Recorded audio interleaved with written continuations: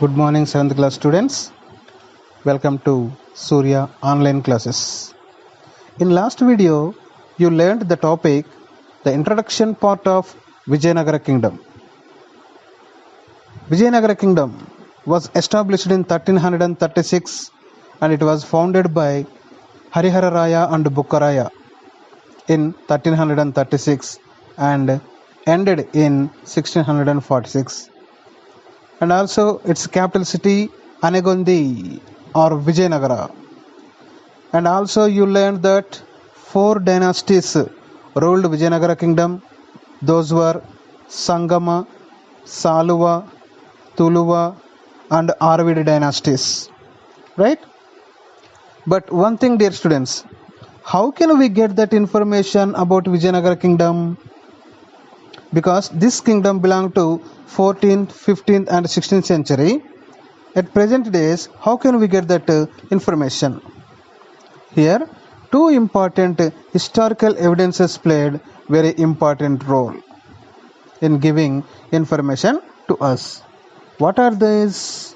What are these historical evidences? Yes, first one, books. Second one, archaeological evidences. Books and archaeological evidences. So first of all, focus on books. Books here classified into two. How many types? Two types. First one, foreign books and domestic books. Foreign books, that means at that time visitors came from other countries. Visitors like Domingo Pace and Abdul Razak, Niccolo Conti, etc. Those visitors came to Vijayanagara kingdom and noticed everything. That means on the time social life or army, administration, trade, sculpture, everything they noticed and had written total information in their books. These are foreign books. Next, domestic books. Domestic books means our Indian writers or poets, whatever they noticed in the Vijayanagara kingdom and whatever they observed in the social life of Vijayanagara kingdom, sometimes they wrote on their gods and goddesses also. So from those books also we can get lot of information. Especially in Vijayanagara kingdom, famous Ashtadiggajas were there. That means 8 intellectual poets. Ashtadiggajas. Do you know their names? Ashtadiggajas names?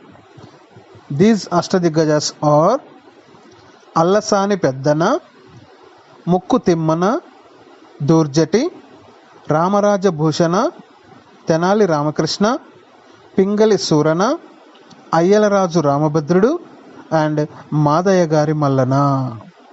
Once I repeat you, dear students, Ashtadiggaja poets are Allasani Peddana, Mukku Timmana, Durjati, Ramaraja Bhushana, Tenali Ramakrishna, Pingali Surana, Ayyalaraju Ramabhadrudu and Madayagari Mallana. All these are known as Ashtadiggajas, which were the poets of royal court of Sri Krishna Devaraya. Do you know one more thing?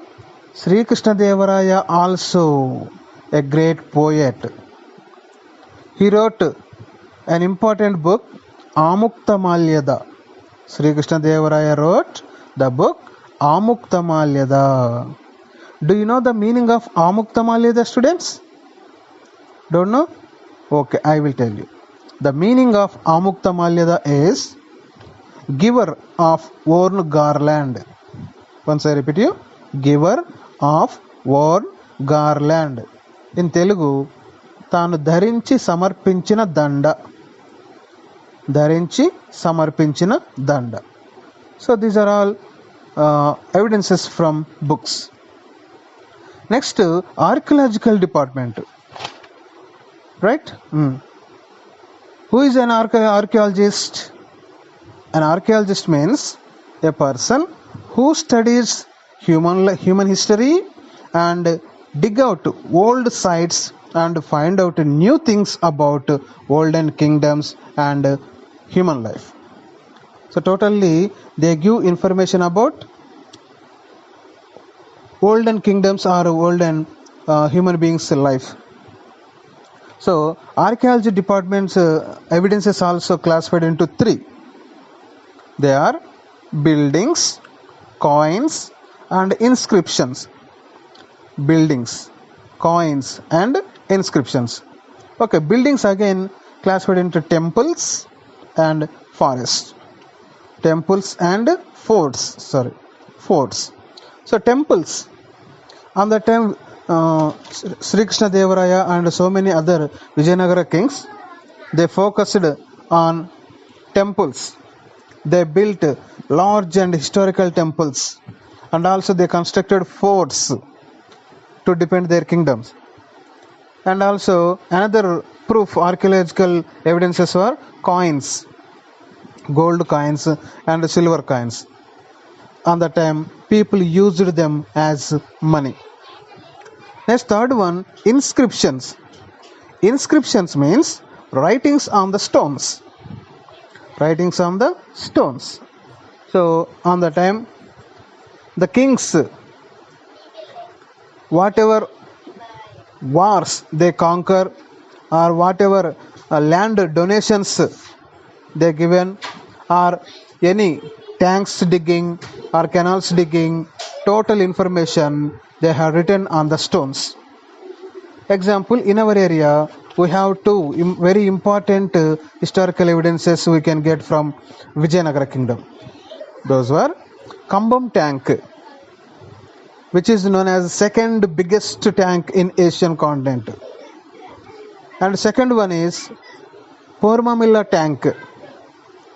So totally Kambam tank and Pormamilla tank, both tanks were dug by Vijayanagara kings. So all these evidences we can get from archaeological department. Next topic in this lesson, next topic is speciality of Vijayanagara city. So as per Abdul Razak book, Vijayanagara city had 7 rings of fortification. That means the Vijayanagara city had built in 7 levels, and that too Vijayanagara city had it is a strong city with beautiful rows of houses, and also we can see long rows of markets there. There can be found diamonds, emeralds, pearls sold in open markets. That much of greatest city, Vijayanagara city. It is very interesting thing, right? Selling diamonds and emeralds and pearls in open markets, it is not a simple thing. That much of greatest kingdom, Vijayanagara kingdom, right? And according to archaeological evidences, Vijayanagara city is divided into 4 divisions. They are, first one, temples, second one, agriculture areas, third one, royal courts, fourth one, towns, town people residences. Once I repeat you, 4 divisions of Vijayanagara city. Temples are located on hilly areas. Second one, agriculture lands are located in valley areas. Third one, royal court is located in the plain areas of Vijayanagara city. And fourth part is town people's residences. So dear students, it is about the historical evidences and special features of Vijayanagara kingdom and Vijayanagara city. In next video you will learn some more interesting facts about Vijayanagara empire. Thank you.